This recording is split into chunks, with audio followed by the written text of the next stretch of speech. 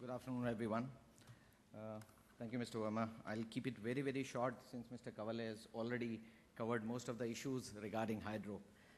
Just to tell you what SN Power is the only company in India, international company in India, and the company is from Norway.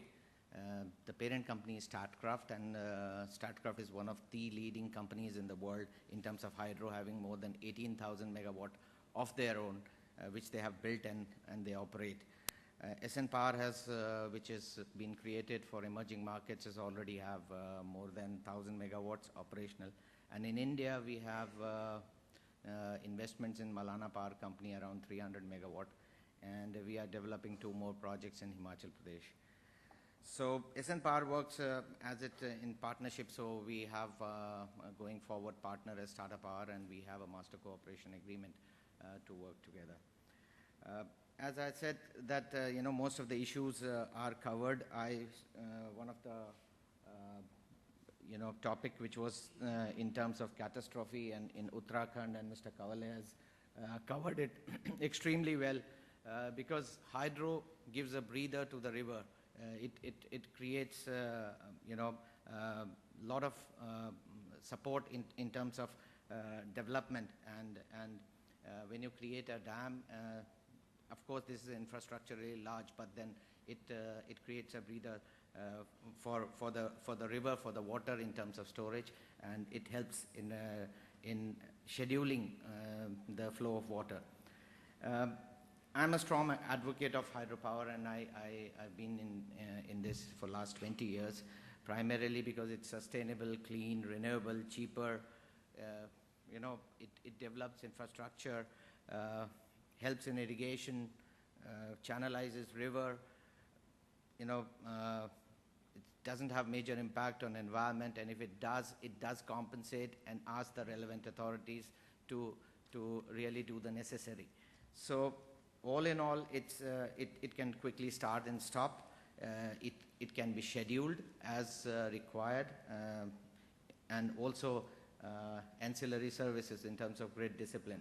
It will come as we'll be having frequency band which is much lower, and we are talking about it. There has to be some ancillary services which has to be brought in, and that only hydro is possible.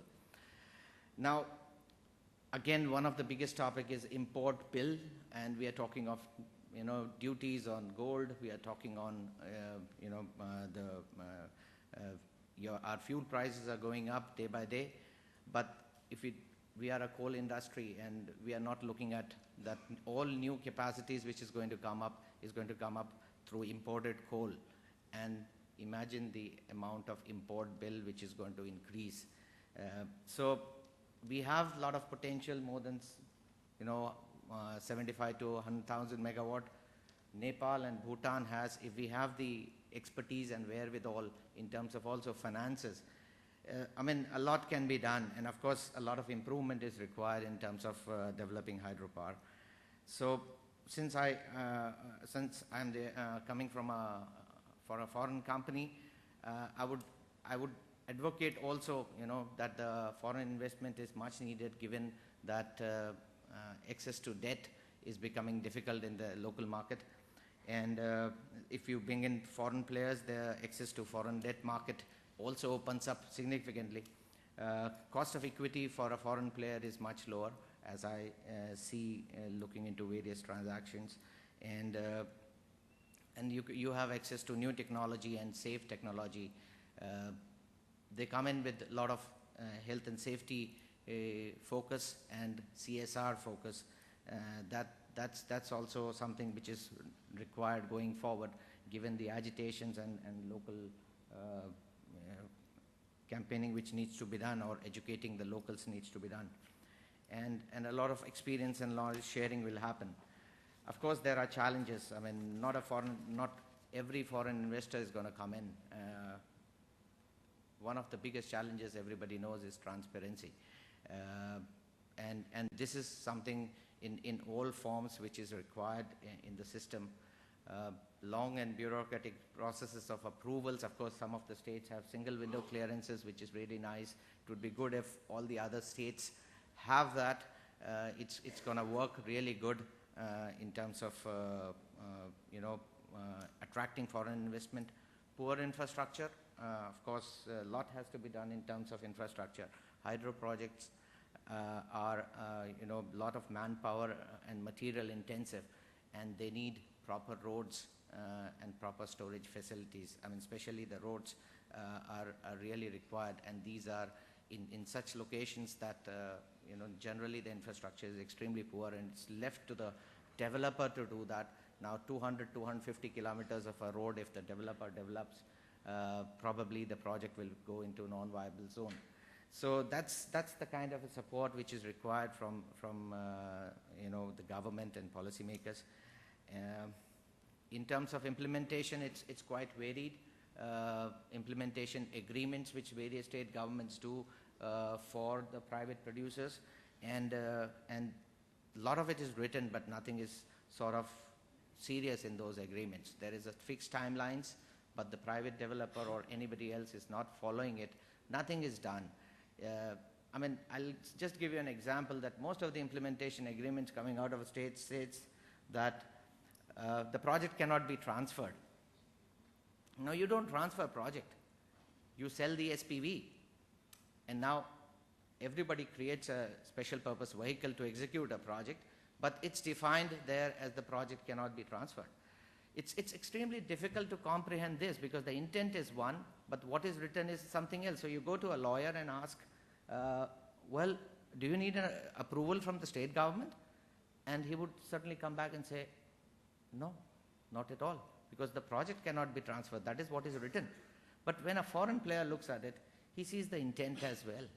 And the intent probably was at that time that you should not sell this project off, which means the SPV cannot be sold. So there is always a dilemma. So nobody or a foreign investor would always look at the intent and will not be willing to buy. Of course, it's a stressed market. I mean, a lot of projects have been awarded to various private players, and a lot of M&A activities is bound to happen. But change of ownership is restricted in most of these with state governments. Now, the return to the state government is the free power. Some of them have upfront premium, of course, like Himachal. But if the project is not completed, you are losing that money for years and years together. And there are stressed private players who cannot, take this off. So there has to be some sort of a regime where, change of ownership is allowed. And of course, the project should be, viable. That's the basic requirement or techno-commercially viable. One is, of course, what the CEA, does it based on standard norms and standard ways. But for any developer, it should be techno-economically viable. And when you look at it, the construction side or the capex side, you have probably well and you have in control. But what about the revenue side? Revenue side is a bit of a always a topic of discussion. If somebody asks me and says, why hydro is not promoted? I mean, I would say yes, of course the government wants to promote it. You have a cost plus 15.5% return on equity, you get it. So, I mean, but there are older norms. The norms which are set are for 6 crores, 7 crores, 8 crores per megawatt, and now none of the projects are completed less than 10 crores per megawatt. So do you believe that we get approval of this higher capex? Nobody knows. Will there be cost plus buyer at all? I mean, you want to sell it. Now, any techno-commercial viability pegs on whether you have a buyer, whether the revenue side is already taken care of. But the banks are not going to finance if the revenue side is not taken care of, which means... Rahul, can you close 2 minutes? Yeah, I'll do that. So, again, if you go merchant, there is a challenge that, again, the financing would be a non-recourse financing for a merchant plant becomes really tough. So there are challenges from construction to the revenue side, from the policy to the implementation side. And of course, hydro is challenging, but I'm fully convinced that, this should be harnessed to the maximum and at the earliest, because today the cost of hydro is lesser. With the inflation of 7 or 8% year on year, the hydro project cost, as you will build up later on, will be higher, and which will reflect into the tariffs going forward as well. So, as soon as possible, this should be harnessed, and since there is abundant availability, all we need to do is just clean our house and promote something which needs support. And I think hydro really needs support at this point in time. Thank you.